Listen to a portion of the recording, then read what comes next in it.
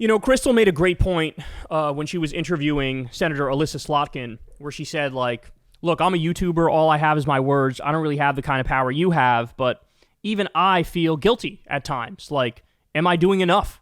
There is a literal live stream genocide happening right in front of our eyes on a daily basis, and it makes you feel so powerless, it makes you feel so helpless, it makes you feel like dirty and gross because, you know, here we are, you know, living in the U.S., we have this immense privilege, and it's like, what can we do? Like, I want to stop this thing. I want to be involved. I want to fix it. I want to be part of the solution. I want to end the suffering. I want to end the degradation and the devastation that's happening. And that's something that I think everybody with a conscience, I think, is struggling with that to one extent or another, where you look at it and it feels horrible, but it also kind of feels fucking personal now. Because we send the money and we send the weapons, and like, we have an obligation, we have a responsibility, we have a duty to stand up and put pressure on our elected officials and say, you gotta fucking stop this. You gotta stop sending them money. You gotta stop sending them weapons. You gotta stop sitting around with your thumb up your ass as fucking children are starving to death and innocent people get bombed on a daily basis. I mean, this is world historic, demonic, evil shit that we're witnessing. Don't act like it's not. Don't fucking gaslight us, right? So now, again, it drives me crazy because I've covered this issue a lot.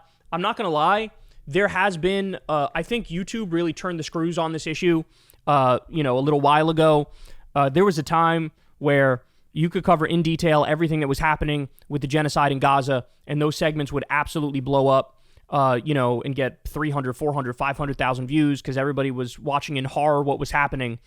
But at a certain point, YouTube decided, no, we're going to cut the legs off from underneath these segments, and they really limited the spread of anybody and everybody covering what's happening in Gaza. Now, you could argue, hey, part of that, maybe people lost interest a little bit because it was going on for so long. Maybe, partly, maybe, I don't know, but maybe. But for sure, they also turned the screws and said, de-rank these in the algorithm, don't let them spread far and wide.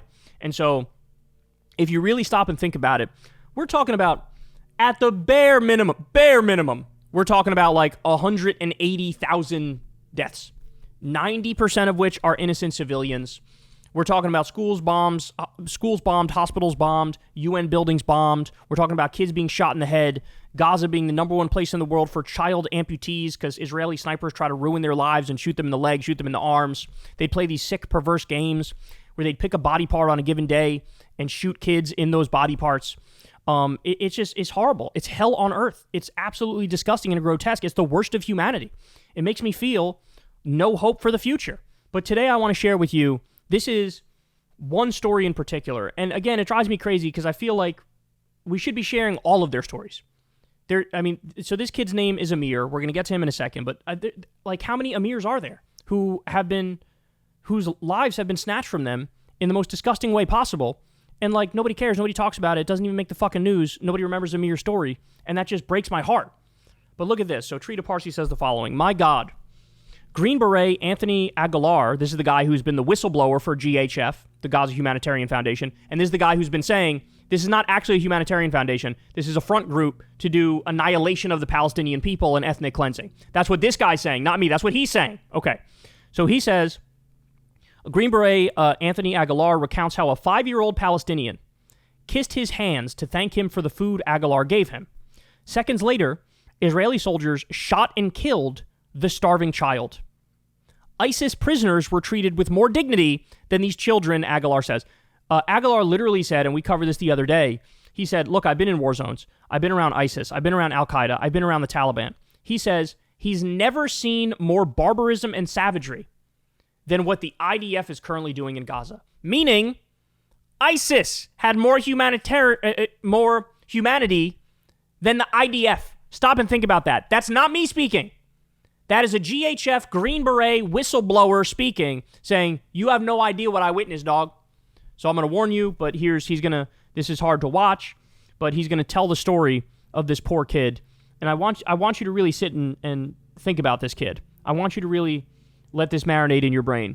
I want you to really understand the stakes of what we're witnessing now and how history is going to judge this and how you want history to remember how you reacted to it. So here we go. Let's watch. And he put down the little food he has. You notice he doesn't have a box. He doesn't have a box of food. He has half of a bag of rice that he found on the ground, a broken bag, half a bag of lentils that he found on the ground, and he was thanking us.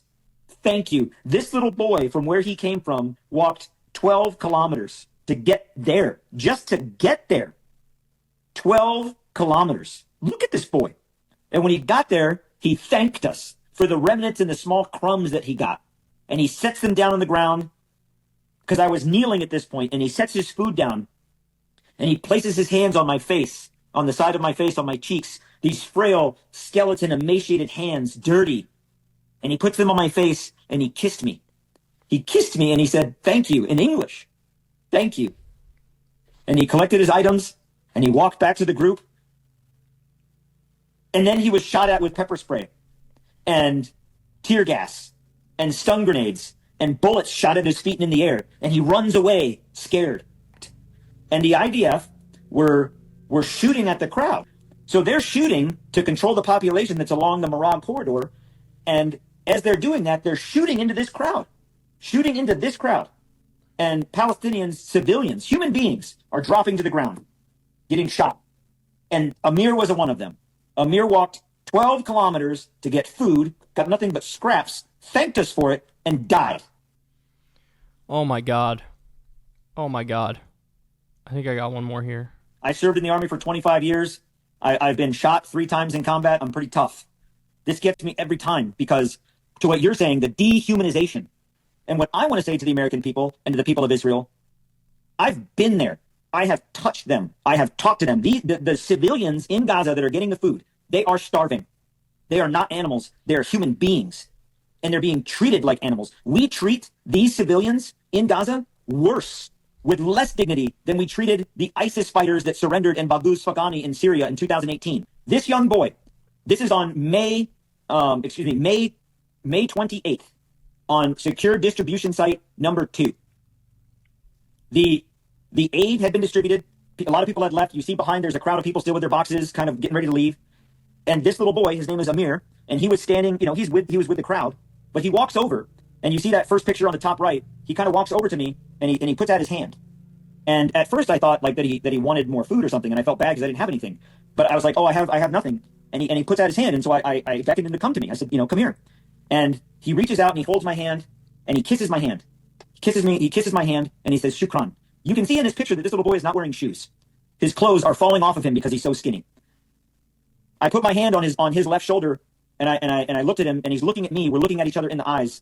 And I say to him, people care. You're a human being and people care about you. The world cares. That's not Hamas. That's not a Hamas fighter. And I looked at him and I said, the world cares. This little boy could be any of us, like literally any of us. An innocent 5-year-old boy travels 12 kilometers with no shoes on to get food, is only given scraps, is so thankful for the scraps that he kisses the hand of the GHF worker who was there, this guy, Anthony Aguilar, the Green Beret who became the whistleblower. And so he thanks him, kisses his hand, and then goes back, starts getting shot at, and gets killed. He was running because he was scared when they started firing tear gas and shit, and then they ended up shooting bullets and killing him. 5-year-old boy murdered for what? For what? We are witnessing atrocities that are akin to Nazi Germany. And anybody who tries to tell you that's not the case, they're gaslighting you. They're lying. They're not telling the truth. Again, this kid could be literally any of us. Any of us. How one can bring themselves to a place where you can do this kind of violence against such an innocent person, that place truly is demonic. That place truly is evil. That truly is a black hole. And I don't know if there's any coming back from that. And what's happened to the Israeli government and the Israeli society is just mind-boggling. It's like being under a spell or something, It's like being in a bloodthirsty, manic state. And to look at this and not feel nothing but sympathy and not feel disgusted by it, this kid doesn't have to be dead. All this could be stopped. All the U.S. has to do is cut off the money and the weapons to Israel and tell them to fucking fall in line. That's all they have to do. We've given them $298 billion. What are we doing? What are we doing? And all they do They fucking kill people in Gaza, and they steal more territory, and they bomb hospitals, and they bomb schools, and they steal more land in the West Bank, and let the illegal settlers go crazy, as they've been going recently. And they bomb Syria, and they steal parts of Syria, and they bomb Lebanon, and they bomb Yemen. All they do is bomb. All they do is bomb and kill and expand. That's all they fucking do. How is this a fucking ally? All they do is bring problems. All they do is ruin people's lives. All they do is destroy families. This one stuck with me, man. This one stuck with me. So, you know, this is just one story. As I said, we're talking about minimum 180,000 people have been killed, 90% of which are innocent civilians. You know, who knows how high the number actually is? Usually in real time when a genocide is happening, people, they never really are able to keep up. You know what I'm saying? They're never really able to get an accurate number until long after the fact. And I fear the number is going to be just absolutely astonishingly high, just colossally high. But this is one story of one boy, Amir. This is what he went through. Imagine what Hind Rajab went through. Imagine what somebody whose name we'll never fucking know, what they went through. Moments of terror, moments of horror, moments of starvation. You know, just no electricity. No ability to fucking take a bath. No ability to cool off in the AC. Like, just pain and struggle and heartache and family members dying around you. And I can't even wrap my mind around what it just herded like animals, treated like animals, disrespected every single day. And for what? Because they're Palestinian? Is that why? And the answer is yes, that is why. Because you got far-right psychotic fascists who want to steal their land. And they're in the process of doing that. They want to kill them, as many as they can. And then the ones that they can't kill, they want to ethnically cleanse and send them to Libya or send them wherever the fuck else, right? And so they've gotten to the point where they dehumanize completely these people. And you don't need to take my word for it. You could take their word for it. Listen to Ben-Gvir. Listen to Smotrich. Listen to, I mean, how many comments have we had from top Israeli officials where they say, these are not people, these are animals. They're all animals. There are no innocent civilians there, right? Treat them like we treat Amalek in the Bible, the story of Amalek, where you kill even the kids and you kill their animals and stuff like that. They're all on the record. We're going to do a total siege, cut off all the food, fuel, water, electricity, etc. And this is who's on the receiving end of that. Innocent little boys like Amir, who was so ecstatic over just getting, like, a quarter of a serving of food that he kissed the hand of the worker and then was murdered.